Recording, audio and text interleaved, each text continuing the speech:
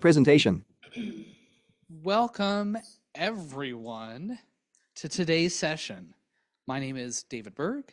I'm a business intelligence developer with the School of Medicine and Public Health, and I will be moderating today's session, Connection, Perspective, and Commitment, Impacts of Coaching, Mentoring, and Sponsoring with Sabrina Messer and Ella Chopik. Lecture room. We'll have some time at the end for Q&A, so if you are joining us virtually, place your questions in the chat, and I'll read them to our presenters. If you are joining us in person, please use the microphone that Nils has, so virtual attendees can clearly hear you. So I'd like to introduce you to our two presenters today. Sabrina works as an administrative initiatives lead for Administration, Innovation, and Planning, also known as AIP. She works with senior leaders throughout campus to ensure administrative projects move forward successfully, adapting to changing stakeholder needs and resource availability. Ella Chopik is the IT Help Desk Supervisor for the UW-Madison School of Education. Ella is especially interested in the intersection of technology, leadership, and organizational culture, and how we design systems that support both people and progress. So, without further ado, I'd like to turn the time over to these two fabulous presenters. Oh, I get to start. You get to start? Absolutely. Thank you. Are we? All right. We're having technical difficulties. Oh, already. Oh, select the screen over there. Right. There we go. Cool. So this is us. You already Lovely introduction. saw us and heard about us. Oh, no, we're good. They already saw us. They already heard very lovely introductions. Slide. The table. All right. So we are here today as the co-leads of IT mentoring, and we are going to talk a little bit about that at the end. We do have a slide with some info on that, though I'm going to put the bug in your ear right now. We are in desperate need of mentors.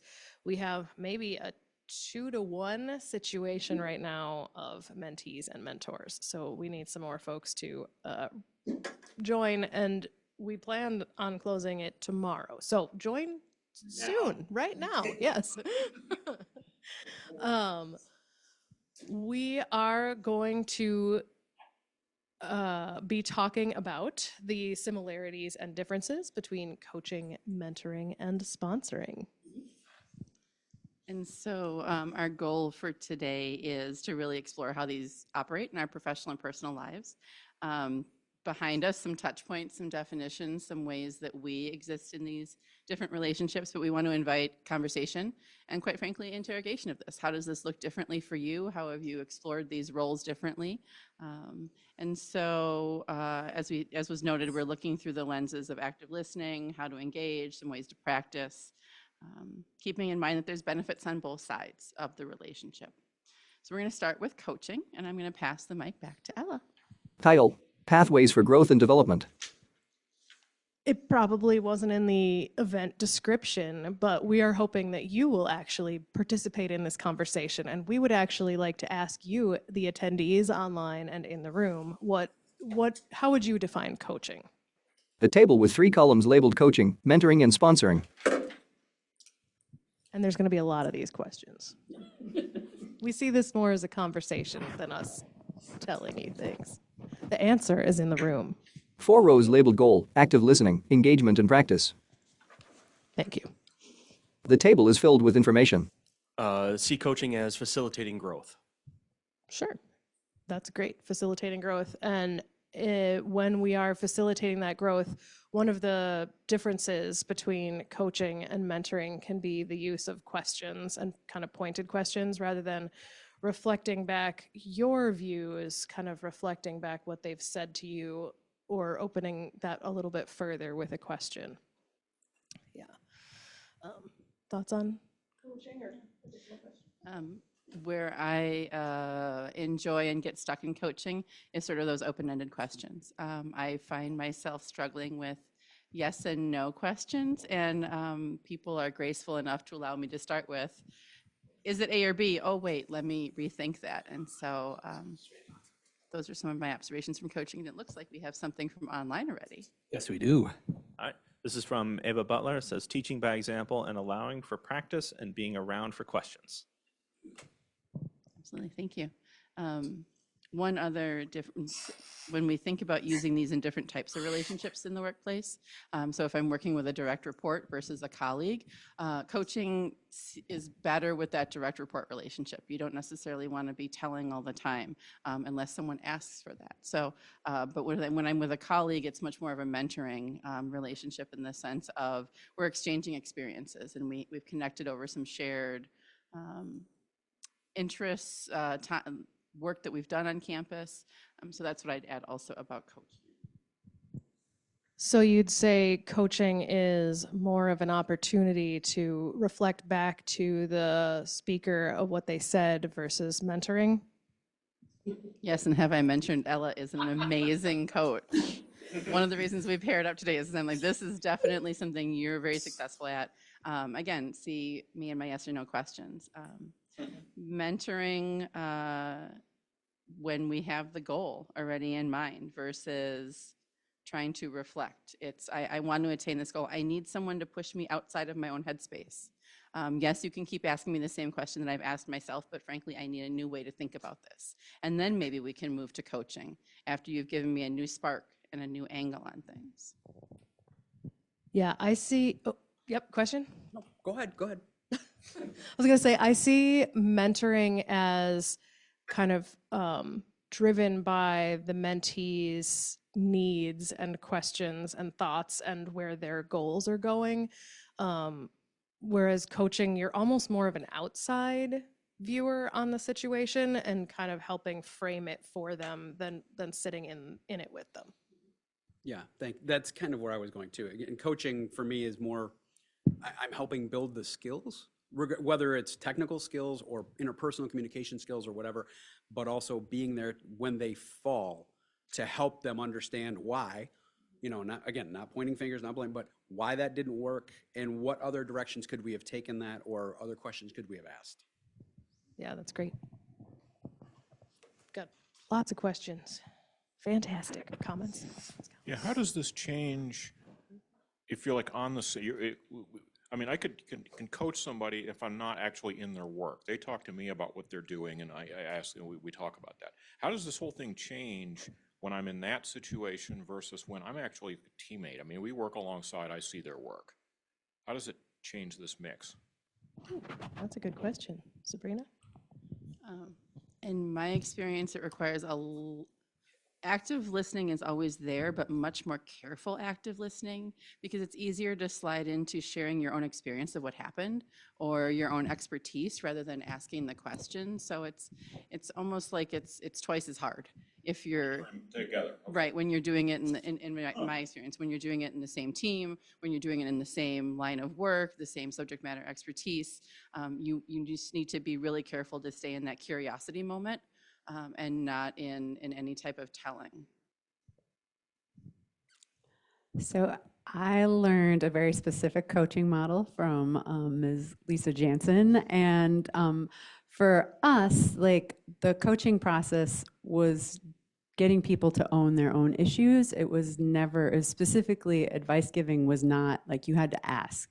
It was like, is it okay if I give you a suggestion or relay experience? But otherwise it was really totally asking those open-ended questions to get people to own and solve their own issues so that they felt, that they were driving the process and not someone else. So Let's also open up some of the information on sponsoring and talk about how that differs a little bit, and then we've got some deeper questions. Sponsoring is one of those interesting moments where you push yourself for the benefit of someone else, and it really is using your own capital. And it can exist both in a work-related environment, in the sense of you're in a project team meeting and you need another resource, and I think Jim would be really great at this, and you're speaking about Jim in the moment because you know what he's capable of. But it also exists in professional development. There's still a lot of opportunities that aren't just open for application, and so the idea of sponsoring someone and saying, I think they'd be a really good in this type of an educational experience, and I'm putting some of my own cachet out to say that I want to sponsor this person. person and put them through a program. So there's a couple different ways of doing it, but it's an odd model in the sense of you're always disconnected from the person in the moment that it happens. And I think sponsors do it differently. I've experienced sponsors and sponsored myself where you don't let the other person know that this happened. And then situations where you go and tell them afterward. And it's, again, a delicate line because you don't want to get hopes up. But at the same time, some people are not okay with that level of surprise. If an opportunity comes their way that, yes, they wanted, but like it just fell in their lap and it's almost more awkward that it's there.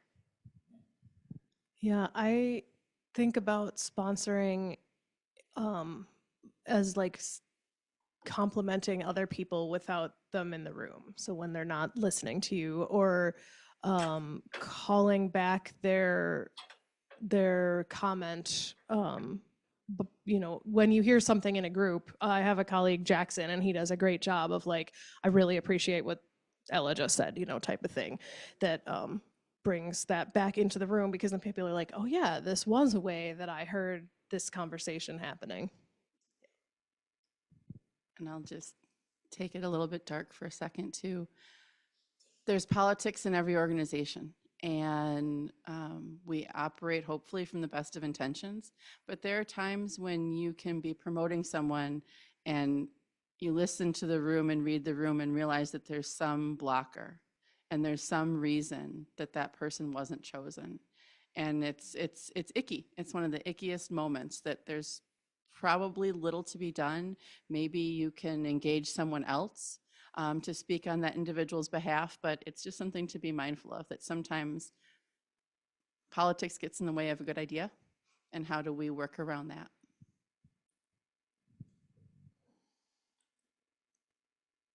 It's hard to follow that. I know, anything lighter than that, please, yeah. All right, we're going to pivot to asking some questions kind of about the three. So one question I have for the room is, which of these three approaches, coaching, mentoring, and sponsoring, has had the biggest impact on your career growth that you've seen so far? And why?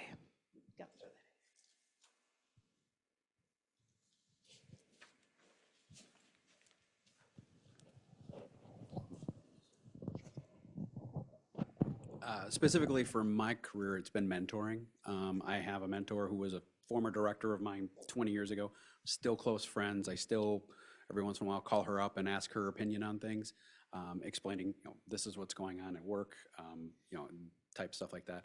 And I am in turn now in that stage of my career where I'm starting to mentor others. And I get as much out of mentoring them as I do from my mentor, which I absolutely love, and I did not expect that. Yeah, definitely. Mentoring can be a two-way interaction. I'm going to plus one the mentoring with the largest impact. I can see, you know, the direct answers you get from your mentor and say, apply this. And I can say, oh, that was all mentoring. Coaching can be a little fugazi. Did that really come from coaching, or did that come from me? So as far as answering the question of which had the largest impact, I know mentoring had a huge impact on me. Interesting. Yeah, almost because it's like so clear that this came from one's mentor. Yeah. I would say I've probably experienced coaching and sponsorship more than anything else. And I'm struggling, just even looking at sort of those definitions, to really recall a time where there's a distinct mentoring relationship that I've had. But the coaching probably had the most direct impact on building my skill set, giving me opportunities, giving me the feedback that I needed at that moment to continue my growth, and then having a director that saw that growth and then said, nope, we're choosing him, kind of situations. So. Yeah, that's great.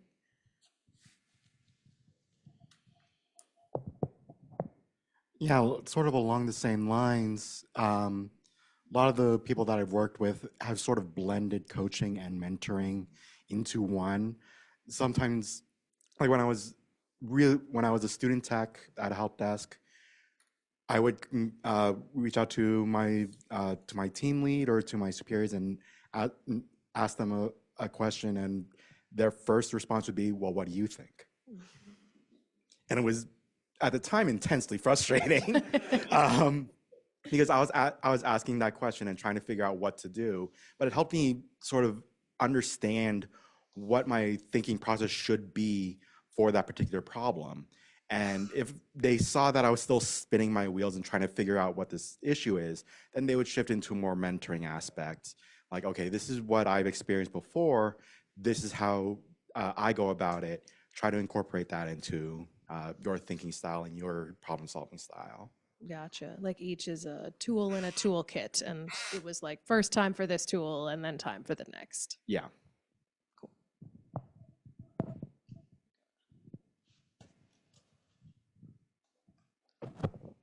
So for me, it's definitely been sponsoring. I suffer from imposter syndrome, and so much of my career has been supported by people who saw things in me that I didn't even see in me. So, yeah. Thanks. One question I had kind of as a follow-up around the mentoring, was it a formal mentoring arrangement, like will you mentor me, or was it just someone that you kind of fell into patterns of coming to with your problems? Just curious.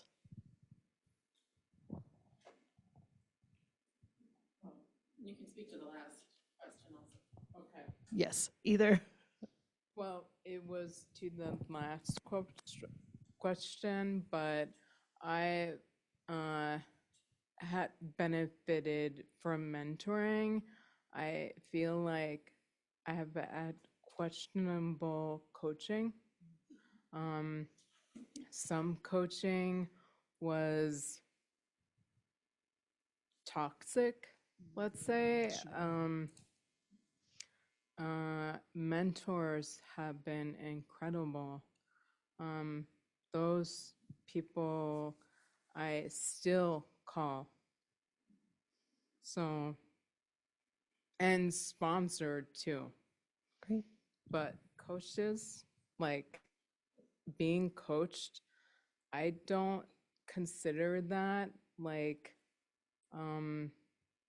positive. Okay. Thank you.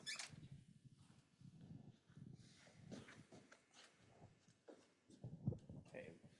Got a few questions from the audience. One sec. So Phil says, a little off topic, but some of the most valuable interactions I have had came when I was working with someone directly outside of my group.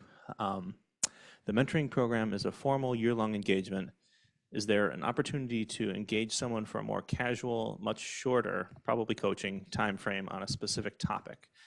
I can kind of answer that myself because the IT Connects program is good for that, and Coffee Connects is a great way to meet somebody on a very informal basis. I've done that, and then I set a calendar reminder to go check in with the person after 3 or 4 months and see if they want to meet up for lunch and just talk about whatever's going on. And then I'll also follow up with a little bit of my own experience with mentoring. I have been a mentor, I think, the last 3 years. I've never been mentored, but I've found the experience to be very fulfilling. Up until just a year and a half ago, I'd been the sole IT person in my departments for about a decade straight. So I was very used to this idea of just being the IT person all by myself, and I've been finding it very fulfilling to kind of pass on all the stuff that I've learned. Like I'm not a super old person, but I've been at the university for 16 years now. So I have a lot of experience across a lot of different groups, and I found it really valuable to be able to help other people and see that come back. And as you mentioned before, it is amazing how much you learn from the process. It is not a one-way street whatsoever. So I heartily recommend mentoring. Thanks. I'll speak to both of the last two questions, actually. I'm currently in a formal mentoring-mentee relationship.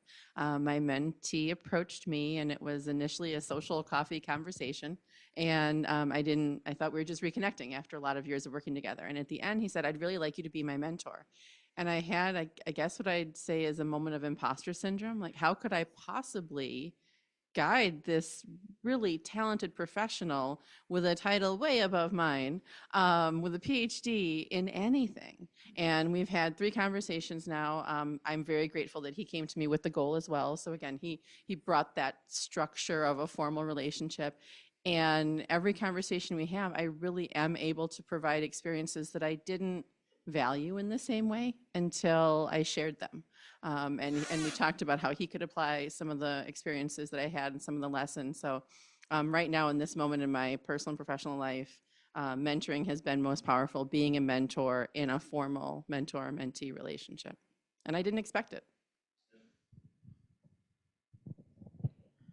Yeah, so I've experienced both sort of like formal mentor-mentee relationships, and also sort of like some stuff that just organically comes out as a mentor-mentee or a coach relationship. And at least for me personally, I think the organic ones that just sort of come out of conversations with colleagues or with my team lead, those tend to have a little bit more of a substantial impact on how I think and work than a formal one. I recognize the benefit of having that formal relationship, but I like the organic nature of this kind of relationship popping out. And yeah, it's not, this is my mentor, and I am this person's mentee, but it's just a conversation between two like-minded colleagues. Thank you. All right, I'm going to throw out another question here, which is, what barriers exist within our institution that make sponsorship harder than mentoring? Or do barriers exist? Is that true? We must visit the question as well.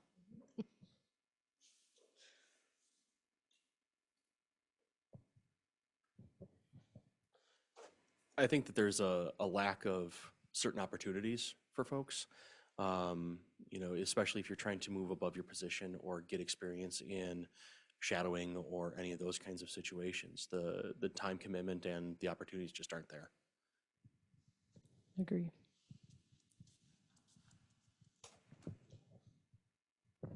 I think absolutely a lack for any historically marginalized group. There are fewer of them to advocate for themselves. And so I think that just makes the responsibility on all of us greater to make sure that we're being mindful and also giving members of those groups amazing sponsorship opportunities.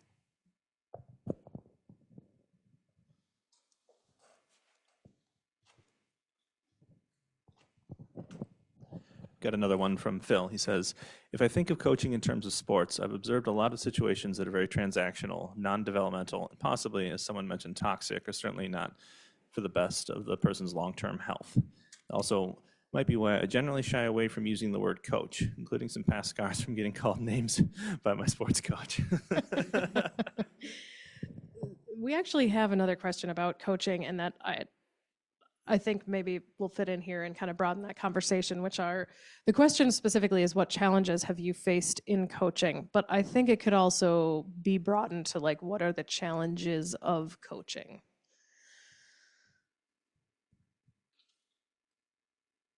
Yep. As somebody who's mentored but never coached too much, my perspective is that coaching is a much more open-ended experience, and it's much more difficult to guide something that is so open-ended. And it's easier. Mentoring feels like it has direct goals where they have questions and I have answers, or maybe I can help, or whatever. It feels like I have a very direct line of input to get the person going in the direction they need to go, as opposed to coaching where it's, it really is, it's about bringing out something that's inside of the person and not just telling them, oh no, just do the thing.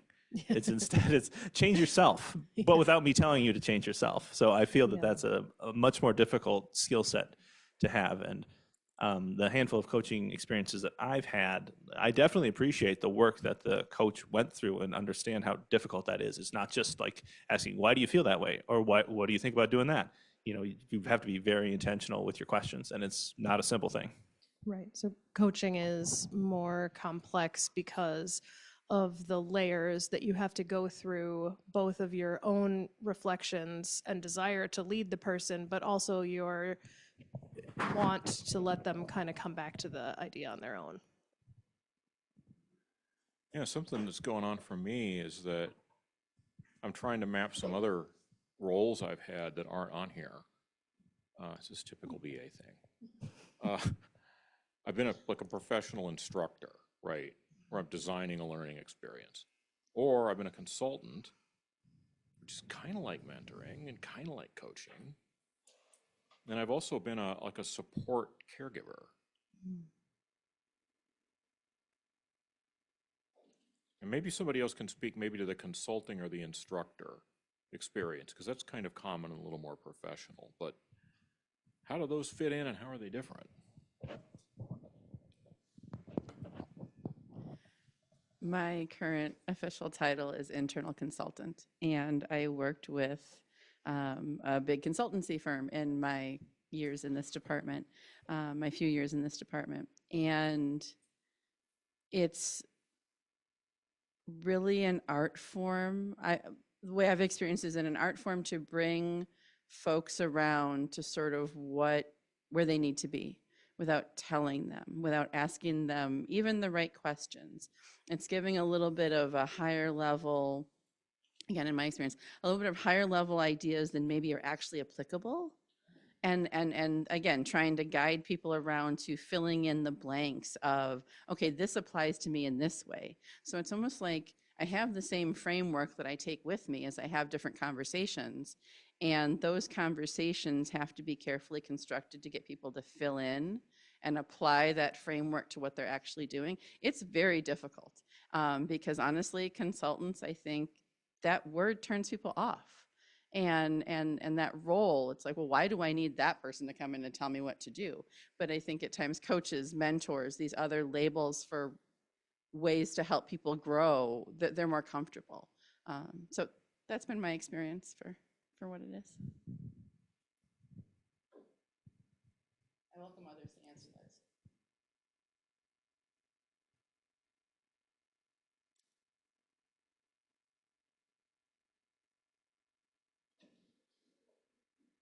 The awkward pause. How can we measure the success of mentoring? Like as a mentorship program, how can we measure mentoring success on campus or within our departments? Please tell me the answer so I can.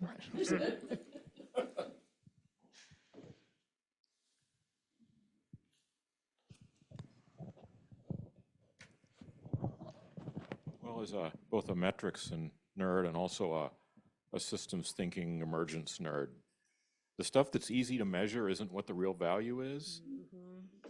So, I mean, you can certainly measure the kind of transactional thing about placing and repeat business. I mean, are people, that kind of thing, are people finding this effective? I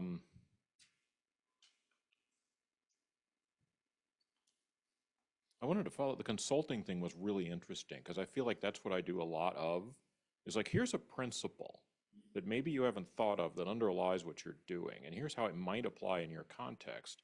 But then it kind of turns into coaching because I'm not in their situation, right? I've given them this advice. We were in a conference room, and now they've gone and tried to apply it in their business, and now they're coming back, and they're going, wait a minute.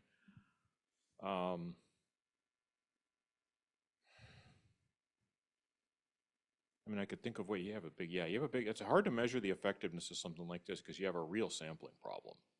And you've just thinking of the statistics. And I mean, the number of bad statistical studies, I'd almost rather people didn't bother. Just don't try to put a number on that, right? Don't do it. All right. Don't try to put a number on that because the numbers get depending on what are you going to use the numbers for? Are the numbers to gain insight for yourself?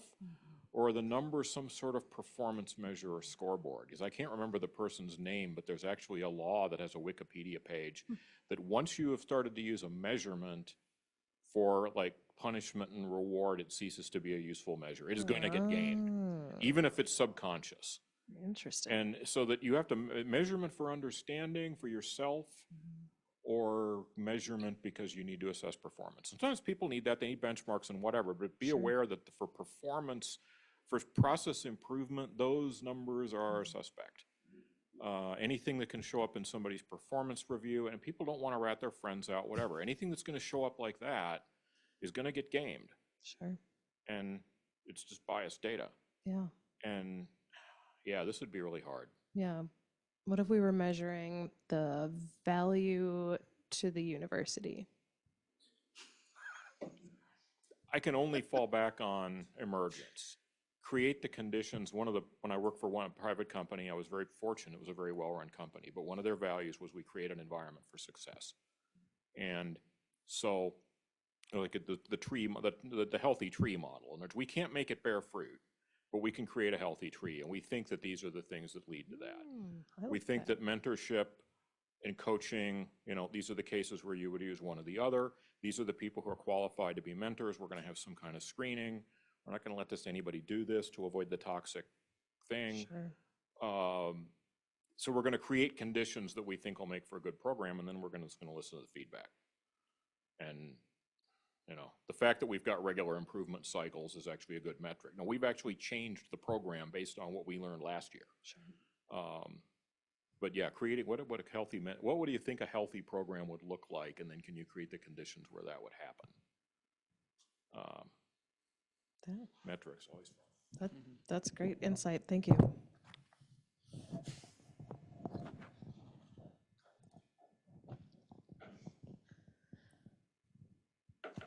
I think sometimes we hear that it's number of promotions or number of projects, or that there's these really hard values. I'm seeing shaking heads in the room. I was going to ask, do we think any of these reflect the success? It could. But you measure it. Mm-hmm. I mean, what about the people who are effectively, I never aspired to a promotion. Yeah. I wanted to be a strategist, but I didn't want to be a middle manager, and that's the only way to get there, so I was stuck. Yeah. So was my failure to get a promotion a failure of the sponsorship? And I learned tons of things from one of my mentors. But was that a failure because I didn't get a promotion? No. So I think it kind of goes back to the session I just came from. You talk about measuring relationship strengths over a satisfaction score, because that satisfaction is tied to a point in time or a specific event. So you look at how their relationship with their mentor is, but also the relationships amongst their peers.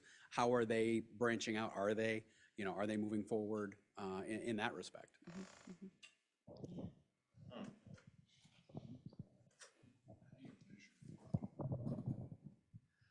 It also comes down to what are the goals of the program? Is it a successful program, right? What are the goals from the onset? To have repeat customers that show like, hey, we're enjoying this? Or now everyone's climbing the career ladder who has been a mentee, right? Is that the goal? What are the goals of your program? Well, and adding on to that, coming newly into the IT mentoring program, every year there's surveys that are put out. How did you find this program? Was it successful? And how few responses there are. It's what's the campaign to get people to share some feedback to understand if we're meeting our goals? Because it's like they clam up at the end of it. You hear the anecdotal in the hallway. Oh, this was a great relationship. I grew so much. Can you put that on? Here's the shortened URL, please. Yeah, I found, my mentorships have gone several different ways. One of them was somebody who had plenty of experience. He was just new to campus, so he just kind of wanted to understand how campus worked. So the mentorship was about, here, let me tell you what I know about it. You can ask me questions about things, and I'll explain it. And the mentorship just kind of ended pretty quickly because he got what he needed out of it. It wasn't a long-term thing. I couldn't really teach him anything because he did a very different job than I did, but I'd been around for a long enough time that it was valuable to meet up, have lunch, chat on Teams, that kind of thing. And I think that's one of those things that it's an impossible metric to judge, but the increase in connections between people where you meet somebody even just one time for some of the coffee connects, and then they ping me about something that I talked about 6 months later when they remember it, or they come across it again and they ask me a question about something that I talked about, that kind of thing, and vice versa. It's relationships are currency, as some people may know. So yeah, it's another one of those intangibles that is very important, I think, and it's very easy to be siloed here on campus. There's lots of groups that are very small. I'm not a team of one anymore, but there's still plenty of teams of one out there.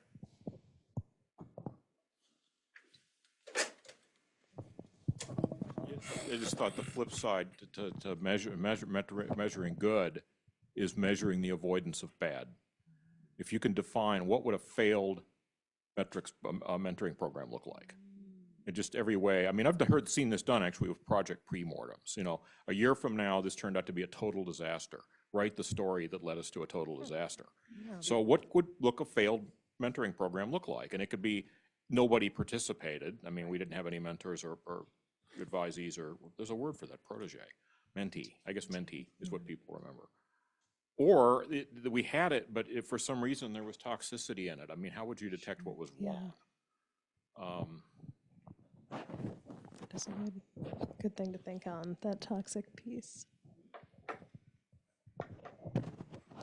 I think you might also want to consider giving yourself permission to not fully assess this, and don't just pretend that you're gonna, it is a real tough nut. I think about it coming out of the library instruction community, where we go into classrooms and teach folks how to use the library.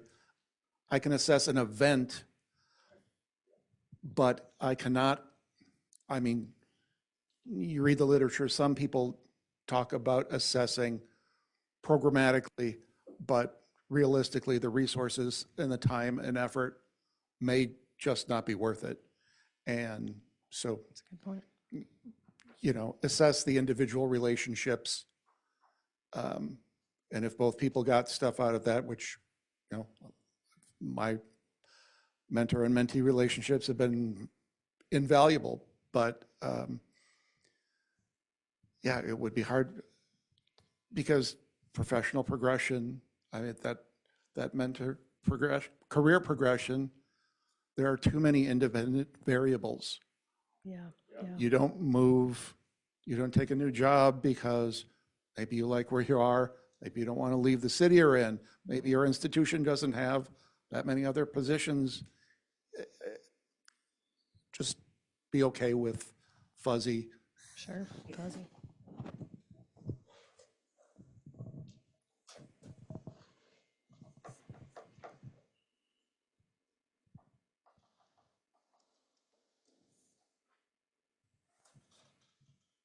I do want to say you're doing a great job at this, because it is hard to run a facilitated session like this in a room like this, spread out like this. So well done. Have I mentioned Ella? She's amazing. I think we're coming short on time, but I also wanted to put out there to think about the differences of coaching and mentoring when someone wants to pursue a technical path. And so much of our time, progression means becoming a supervisor, a manager, and going up in that, like jumping from tech to leader. And it's how do we balance respecting that someone may want to stay in one path or the other, but then also pushing them to think outside of their own comfort zone, in the sense of I want to stay tech or I want to stay a leader. So just maybe something to mull over. We have some more time if you want to speak to that, but I think it's an interesting challenge at the university. I was just going to throw out, if you have questions for us, we do have a few minutes left as well, and we would be happy to answer them.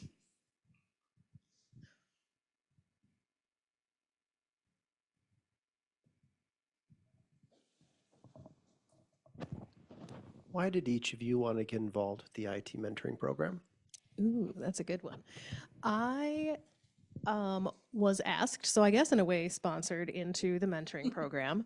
I had been involved in the mentoring program, the IT mentoring program, as well as the academic staff mentoring program, as well as other organization IT mentoring, and had had such varied experiences, both in the interaction with the mentor or mentee. I've served as both, or as well as from the programmatic side. Some programs are extremely formal, and some programs are like, here's a name, call them, I guess. And so it's like when the opportunity arose and I thought, oh, I could have some influence on the shape of this program, the IT mentoring program here, that was why I chose to join.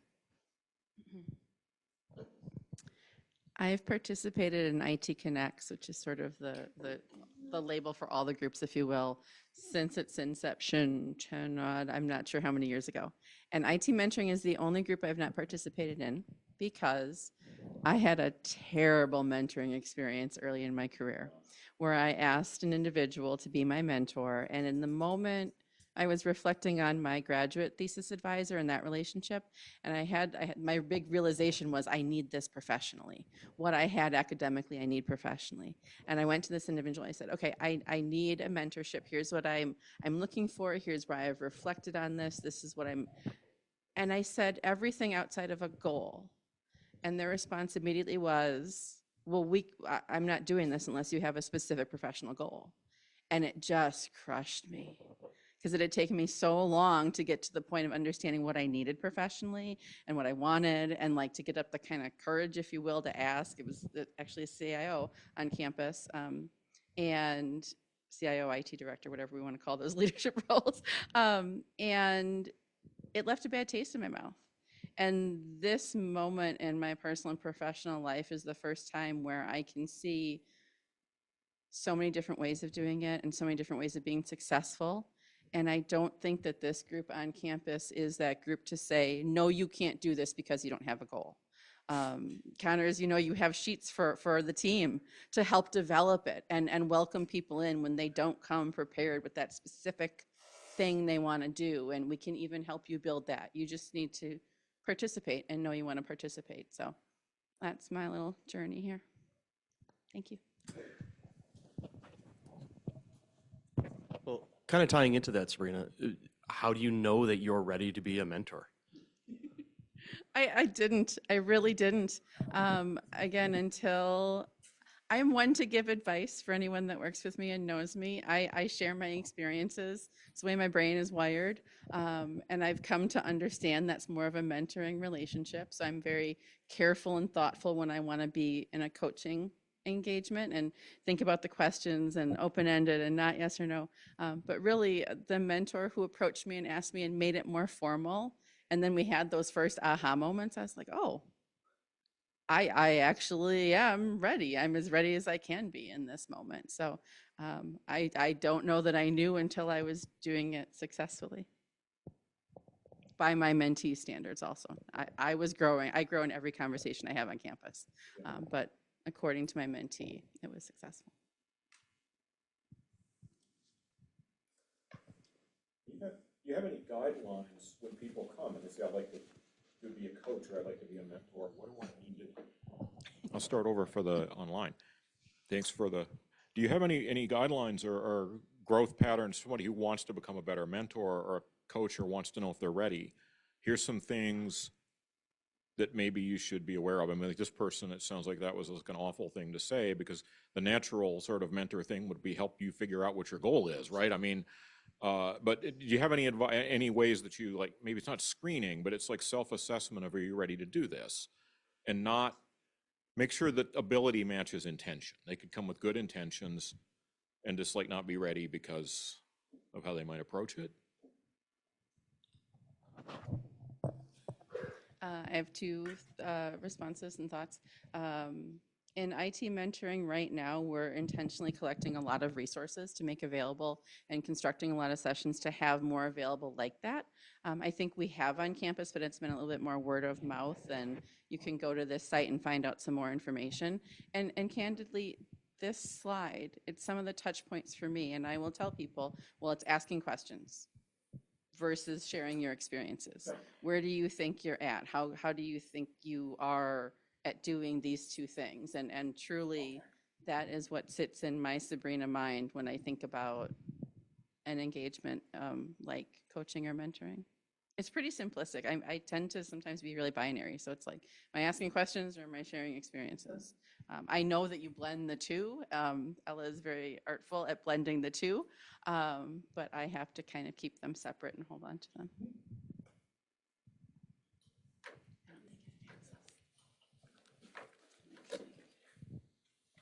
Yes, Anna?